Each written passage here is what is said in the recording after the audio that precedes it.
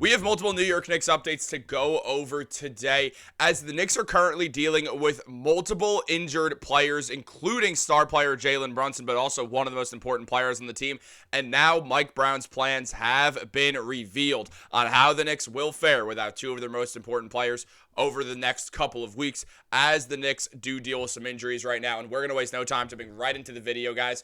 But before we do that, if you are part of that 55% that's not subscribed to Knicks Digest, make sure to subscribe so you don't miss a single New York Knicks update. We have videos coming out every single day covering the Knicks, talking about the newest updates with the team and much more as well. So make sure you subscribe so you don't miss a Knicks update. And let's jump right into the video. There is a lot to go over. No, my hair does not usually look like this, but sometimes that's just the way it rolls. It's early in the morning.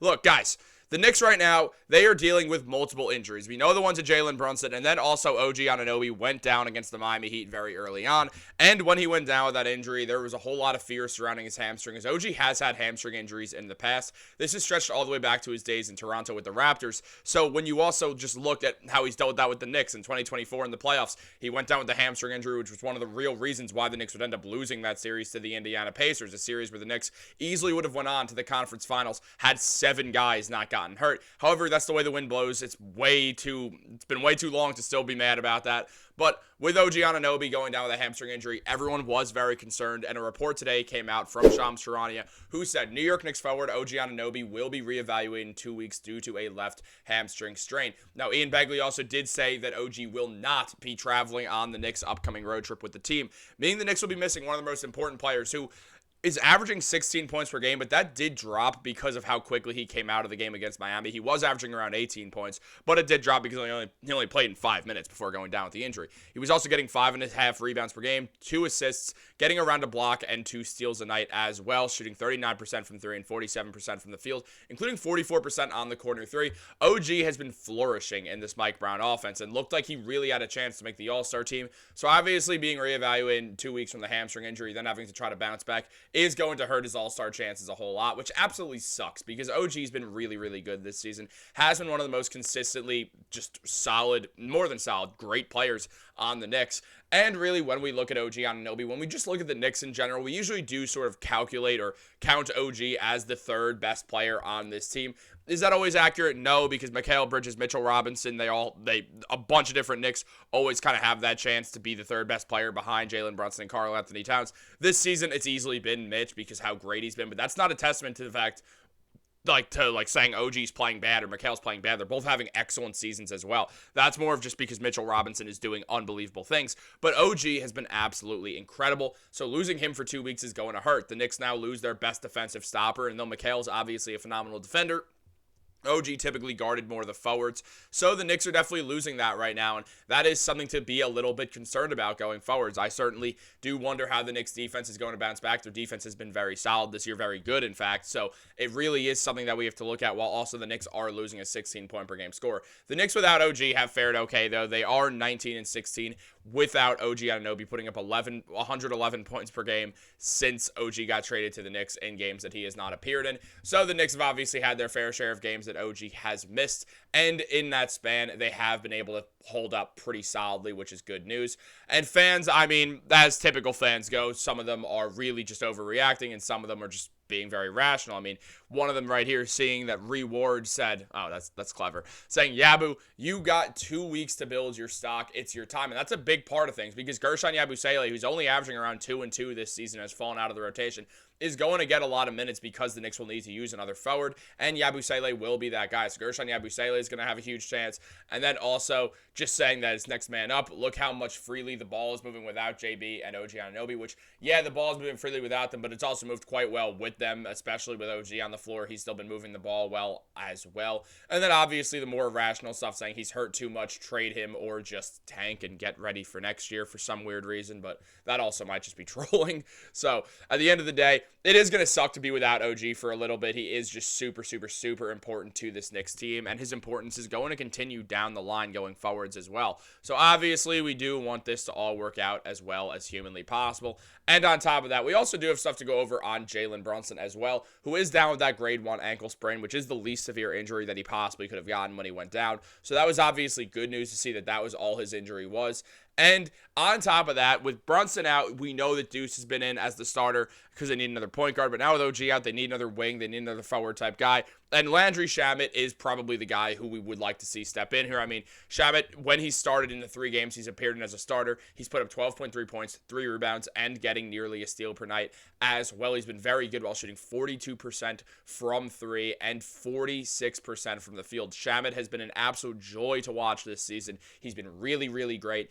And especially coming off that 36-point performance, Shamet does deserve to start in the next game with OG not being there. I would like to see the lineup be Deuce McBride, Landry Shamet, Mikal Bridges, Karl-Anthony Towns, Mitchell Robinson, and if I had to guess, I imagine that is the exact starting lineup that we're going to see Mike Brown use. So it's good to see that. Definitely kind of the lineup that makes the most sense right now. Yes, it is a little bit undersized, but it's really not at the same time because you have Cat and Mitch out there. When one of them's going to be on the floor, if Mitch doesn't play it because of just like the way the games are scheduled, then yeah, it's going to get smaller, and we would probably see Yabusele jump in there as a starter for size purposes.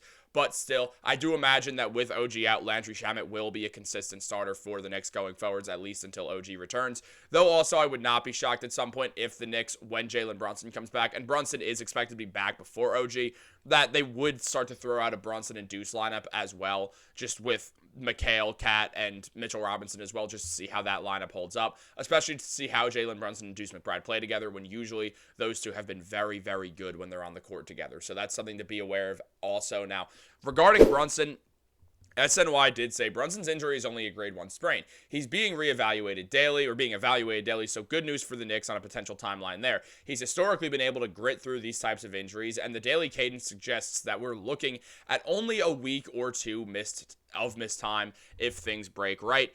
And so with Brunson right now, it wouldn't be shocking to see him out another whole week with the Knicks. Brunson, obviously one of the best, or the best player on the team, one of the best players in the NBA, putting up 28 points per game, 3.5 rebounds, 6.5 assists, shooting 37% from 3 and 47% from the field. Jalen Brunson is as good as any guard in basketball. The man has been absolutely phenomenal, was the clutch player of the year for a reason. Jalen Brunson deserves everything that he's gotten so far. And if the Knicks, obviously when the playoffs come around, they're not going to go anywhere unless Jalen Brunson decides that, because again, he's their captain, he's the best player on the team. You need your best player on the team healthy. Obviously, that's a super long time away, and Jalen Brunson should take his time coming back from this injury, even if it does cost the Knicks a couple games. I would rather Brunson be well rested and healthy than a little shaken up in any means at all. Now, with all that, SNY also did mention that these injuries come just in time for New York's first extended road trip of the year, and it bounces from Miami to Dallas, Orlando, Brooklyn, and Charlotte before wrapping up the month at home against Milwaukee and Toronto. Those are 5 winnable road games, especially if the team plays up to the standard that it did this past Friday night against the Heat,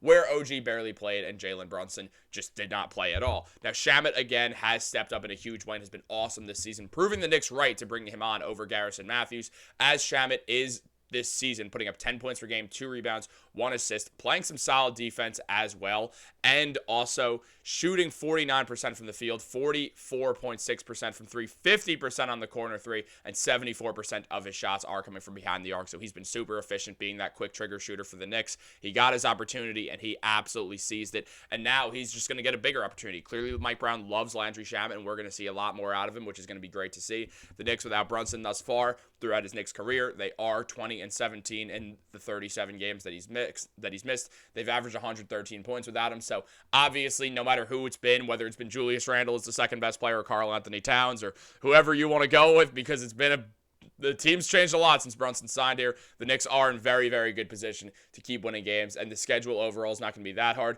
Mike Brown did say that Jalen Brunson will travel with the Knicks on their road trip, so there is definitely a world where Brunson does return on this road trip, and we're just going to go full screen and look at this real quick. Now, the Knicks road trip is interesting because what we see, I mean, the Heat, again, is going to be an interesting game. It will be the 3rd time the Knicks play the Heat in a very short amount of time, especially for the start of the season. The Knicks and the Heat are playing early this season, and, well, that'll be an interesting game to see in Miami. The Knicks have been to Miami once this season, and they lost. So, without Jalen Brunson, without OG, they've proven they could beat the Heat, but also Bam Adebayo was out that last Heat game. He was there when the Knicks lost the game, so that'll be an interesting storyline to follow. And then after that, we also do see that, I mean, the Dallas Mavericks, the Knicks will play them. Jalen Brunson has played in Dallas before, obviously. I wouldn't expect him to be back by Dallas. I think it's more likely that we see Brunson back in either Orlando or Brooklyn. It would be interesting if he goes up against Orlando, considering the fact that that's who he got injured against. I do imagine there's going to be some fans who say don't play Brunson against Orlando because they are a very gritty and physical team, and I don't disagree. I think Brunson should come back against Brooklyn, get back to New York, come on the road trip. Obviously, if he's ready to go, he's ready to go, but I just trust the Knicks resting Brunson as much as possible. And then on top of that, when we look at these teams, I mean, Orlando's been okay for sure. Obviously, they were the first team to hand the Knicks a loss at home, so shout out to them for that. And then the Heat have been decent as well, but the Mavericks, the Brooklyn Nets, the Charlotte Hornets are all hot garbage. The Knicks should be able to win those games without Brunson or OG without any problem. They should be able to handle Milwaukee decently well. They should be able to beat the Raptors and the Celtics and the Hornets and the Jazz and the Magic and the Pacers and the 76ers and the Heat, and then the Timberwolves and the Cavs and the Hawks are pretty good. So basically what I'm saying is I want the Knicks to rattle off a 13-game win streak or something, but in all honesty, the Knicks are one of the best teams in the NBA. Without Brunson and OG, they have a lot of talent. Karl-Anthony Towns is an elite big man, one of the best big men in the Eastern Conference. So when we consider that, when we consider the fact that he was an all-star starter, I'm not that concerned. I do think the Knicks are going to be just fine, especially the schedule is not that hard, even though they're going on a road trip. What do you guys think? Let me know in the comments down below. Like this video, subscribe, turn on post notifications. Have a great day. Go Knicks.